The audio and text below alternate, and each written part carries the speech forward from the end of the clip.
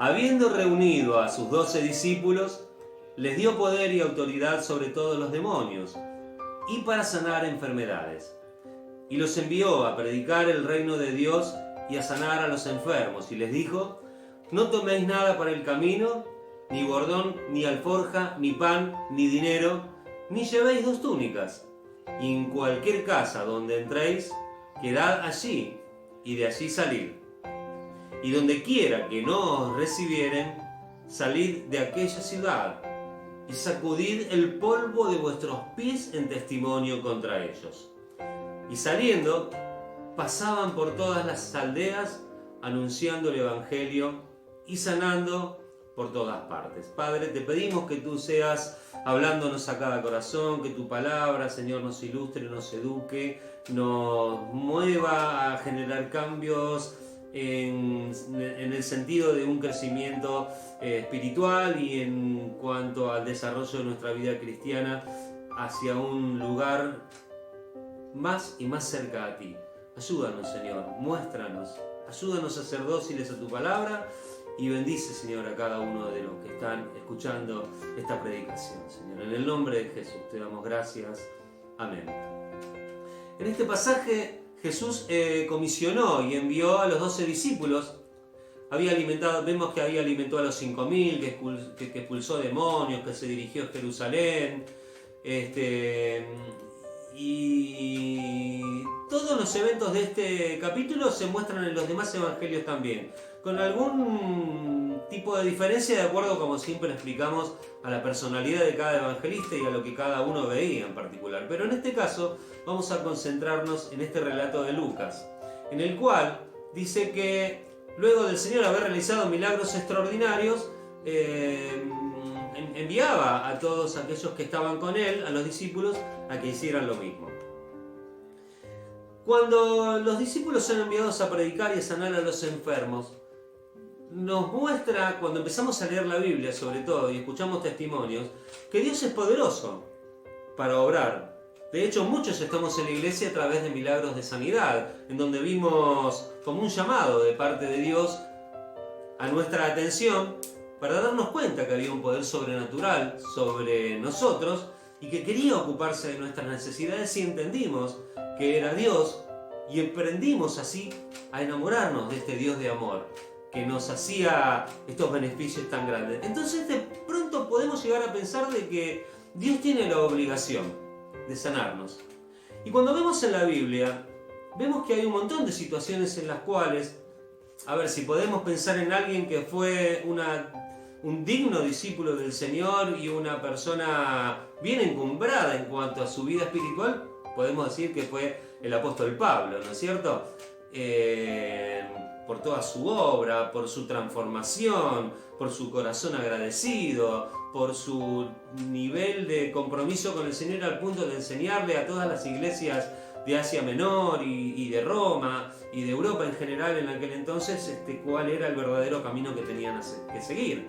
Y de pronto nos encontramos como que Pablo, ante estas situaciones, a veces no obtuvo la respuesta que quizás él hubiera pensado. Yo, si hubiera sido Pablo, la verdad que le hubiera cuestionado al Señor cada cuestión que no me resolvía, porque entendía que Dios era poderoso, y si me había hecho caer al piso y me había enceguecido y por la oración de otros se había revelado y me había hablado, ¿cómo ahora no podía sanar una enfermedad? Sin embargo, miren, 1 Timoteo 5:23, le decía Pablo a Timoteo: ya no bebas agua, sino usa un poco de vino por causa de tu estómago y de tus frecuentes enfermedades.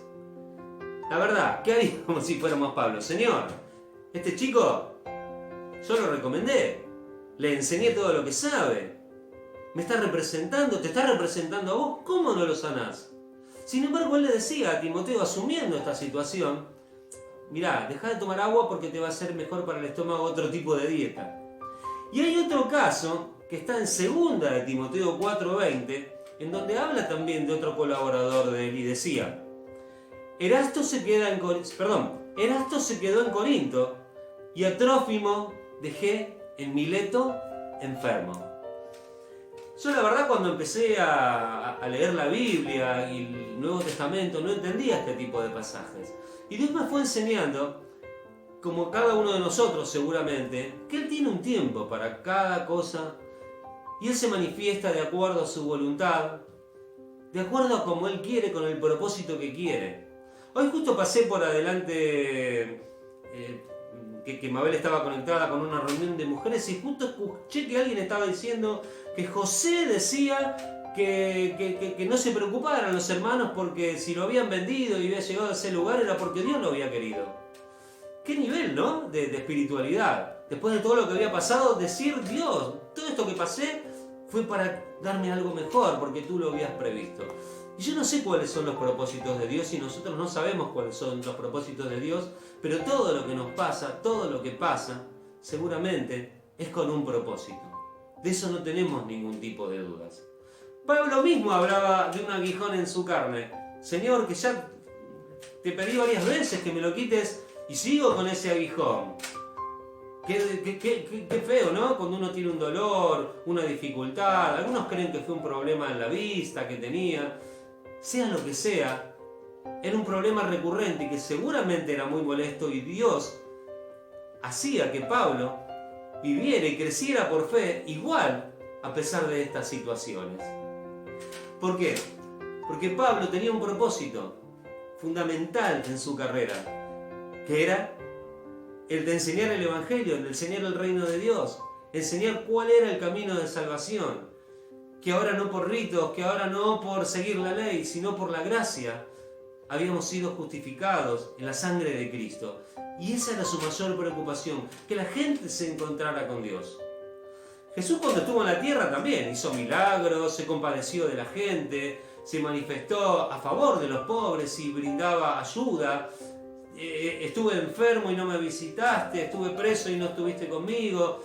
¿Y cuántos textos vienen a nuestra mente en los cuales encontramos a Jesús en esa posición, ¿no? En tratar de incentivar a que todos ayuden a aquel que tiene menos, a aquel que lo necesita. Pero eso que no nos confunde, que no nos desvíe nuestra vista del objetivo principal, que es el permanecer en el camino de Dios, seguir avanzando, creciendo y hacer que otros vengan a Él. Que ese sea nuestro principal propósito. Porque para lo demás, Dios tiene su tiempo y se toma su tiempo de la manera que a Él más le guste. ¿Por qué? Porque seguramente de la manera que Él lo hace va a ser perfecta. Si lo hiciera a modo humano, seguramente sería imperfecto, porque los seres humanos somos imperfectos. Entonces, analizamos desde nuestra imperfección, con nuestra mente y nuestra inteligencia finita, por más título que cada uno pueda tener, delante de Dios, y no podemos comprender los planes de Dios. Solamente nos resta aceptarlos y creer en Él. Y que por fe saber que Él nos va a dar lo mejor. Quiero leer otro texto del mismo capítulo del Lucas 9. Vamos a leer del 51 al 54. Dice: cuando se cumplió el tiempo en que Él había de ser recibido arriba, afirmó su rostro para ir a Jerusalén. Y envió mensajeros delante de Él, los cuales fueron y entraron en una aldea de los samaritanos para hacerle preparativos. Mas no le recibieron, porque su aspecto era como de ir a Jerusalén. Viendo esto, sus discípulos, Jacobo y Juan, dijeron: Señor, ¿quieres que mandemos que descienda fuego del cielo, como hizo Elías, y los consuma? ¡Wow! Por algo les decían, ¿no? Los hijos del trueno, a Juan y a Jacobo. Cuando vemos la historia de Juan y de Jacobo individualmente y en los diálogos que aparecen en el Nuevo Testamento, en los cuales se manifiestan por sí mismos, sin ningún otro al lado, vemos el carácter que tenían. Y era muy común en ellos. También era común que anhelaran un lugar de privilegio, igual que el resto de los apóstoles, y Jesús tenía que ir corrigiendo todo ese tipo de cuestiones. Pero ¿por qué les dice al Señor: ¿querés que descienda fuego del cielo como hizo Elías? Ellos conocían la palabra. Todos recuerdan lo que había pasado con Elías, con los profetas de Baal, los 400 y pico profetas de Baal. ¿Se acuerdan todos? Que descendió fuego del cielo y los consumió. ¿Saben dónde había sido eso? Había sido en este mismo territorio que estaban atravesando. Samaria, como todos sabemos, se había convertido en la capital del Reino del Norte, en la cual, a través de la diáspora que sufrieron por haber desobedecido y haber sido cautivos por Asiria, se unieron en matrimonios y formaron familias con gente del lugar y perdieron su espiritualidad, todos aquellos que después terminaron adorando a Dios, pero también adorando a los dioses ajenos y paganos, porque no tenían una religión formada 100% de acuerdo como debería haber sido por haberse mezclado con las mujeres y los hombres de aquel lugar. Tal fue así que construyeron un templo en otro lado donde adoraban y decían que era el verdadero lugar de adoración. Por eso despreciaban a todos aquellos que iban a orar a Jerusalén y que tenían a Jerusalén como centro de adoración a través de esta rivalidad que había. Dicen que cuando leemos un poquito la historia, parece ser que cuando venían a Jerusalén, al templo de Jerusalén, los samaritanos, traían escondidos entre sus ropas pedazos de huesos de muertos para contaminar y ofender así al Dios, podríamos decir, al lugar de adoración de aquellos judíos de Jerusalén.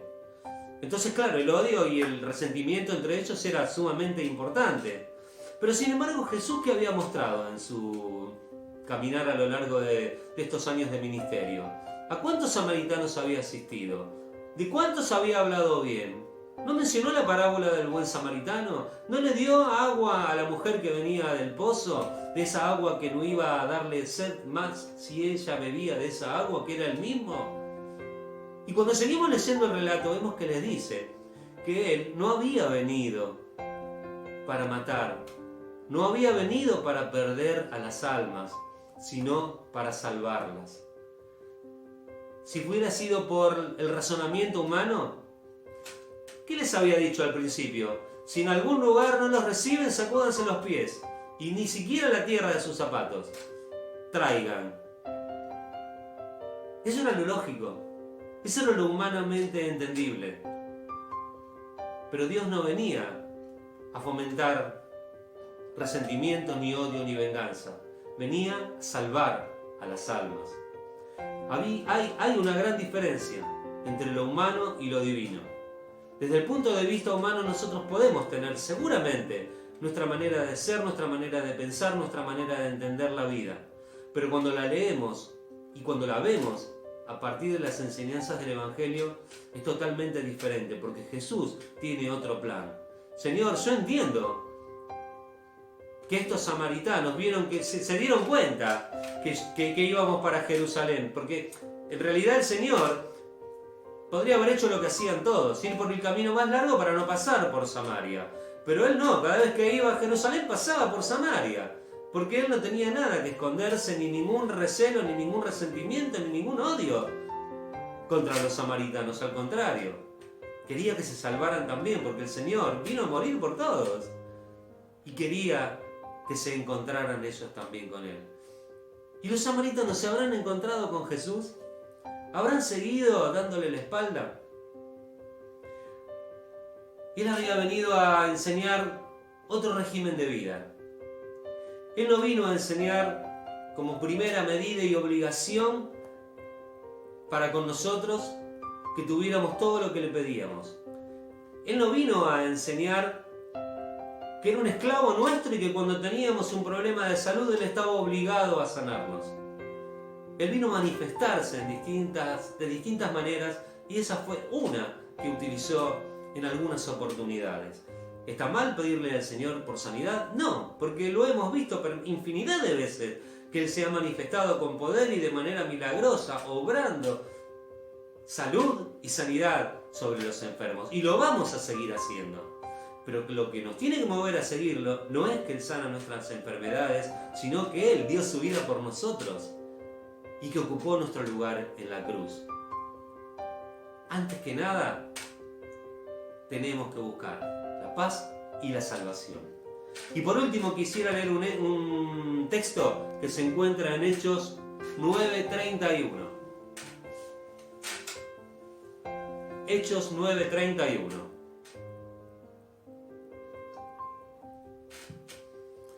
Entonces las iglesias tenían paz por toda Judea, Galilea y Samaria, y eran edificadas, andando en el temor del Señor, y se acrecentaban fortalecidas por el Espíritu Santo. La iglesia primitiva pudo haber pensado que ya no tenía poder para hacer señales. Vieron que al final, la verdad que pareciera que se vino la noche sobre la iglesia primitiva, porque son siempre malas noticias. Jacobo muerto, Pedro encarcelado, que a Pablo lo tenían preso de acá para allá, que lo llevaban a Roma, pero sin embargo vemos cómo Dios les daba victoria sobre victoria en cuanto al propósito principal que tenía Él para la iglesia, que era alcanzar a aquellos que no conocían al Señor de otros pueblos, de otras naciones. Que Dios nos ayude. Yo no sé si prestaron atención a esto que leí último, porque lo leí rápido a propósito. Y dice: entonces las iglesias tenían paz por toda Judea, Galilea y Samaria. Miren si hubiera caído fuego del cielo, como pedían Juan y Jacobo cuando fueron a Jerusalén porque no los recibieron. Miren si sacudían los zapatos y despreciaban al samaritano y ya nunca más hubiera podido tener posibilidades de alcanzar el camino de salvación, porque era justo y humanamente justo pensar de que merecían un castigo por lo que hacían. Pero Jesús, ¿qué les enseñó? Que había venido a salvar y no a condenar. Y la iglesia de Samaria era edificada andando en el temor del Señor, y se acrecentaban fortalecidas por el Espíritu Santo. Gracias, Señor. Gloria a tu nombre, Señor. Gracias, Dios.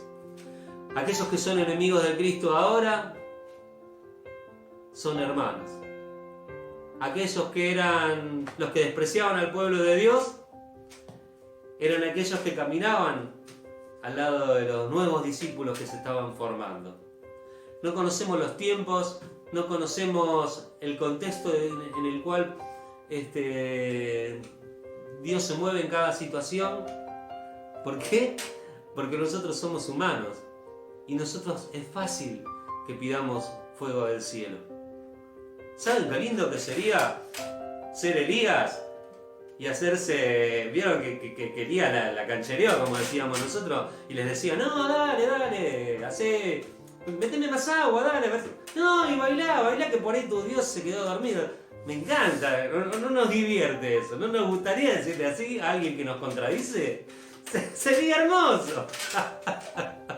Pero el Señor nos muestra que Él vino para salvar. Si se hubiera hecho caso del razonamiento humano y se hubiera hecho justicia lógicamente y humanamente hablando, como decían Juan y Jacobo, esta iglesia de Samaria no habría existido, porque los samaritanos estaban lejos de la órbita del pueblo de Dios, por lo tanto creían que también estaban lejos de Dios. Pero que Dios nos ayude para que cada uno de nosotros pueda saber de que hay un Dios de amor que ha dado su vida por nosotros en la persona de Cristo y que ha venido para salvar y para derramar bendición tras bendición. Por otra parte, que nada nos angustie, que nada nos atormente, que nada nos perturbe, que nada nos quite de nuestro eje, como decimos normalmente. ¿Vieron cómo es el eje? Tiene que estar perfectamente recto, porque si no las ruedas giran mal y se producen accidentes y se puede pasar una desgracia. Pero si nuestro eje está perfectamente bien ubicado, nos va a llevar al camino donde nos tiene que llevar, que es hacia la gloria, que es hacia la salvación y hacia el crecimiento espiritual que el Señor tiene pensado para nosotros. Dejemos en las manos del Señor los tiempos, dejemos en las manos del Señor que Él cumpla su plan y que juntos podamos el día de mañana, cuando estemos en el cielo, reírnos de toda situación desagradable, de toda enfermedad, de toda angustia y de todo dolor, y decirle: Señor, ahora me doy cuenta por qué lo hacías, porque querías algo más grande. Gloria a tu nombre, Señor. Aleluya, gloria a tu nombre.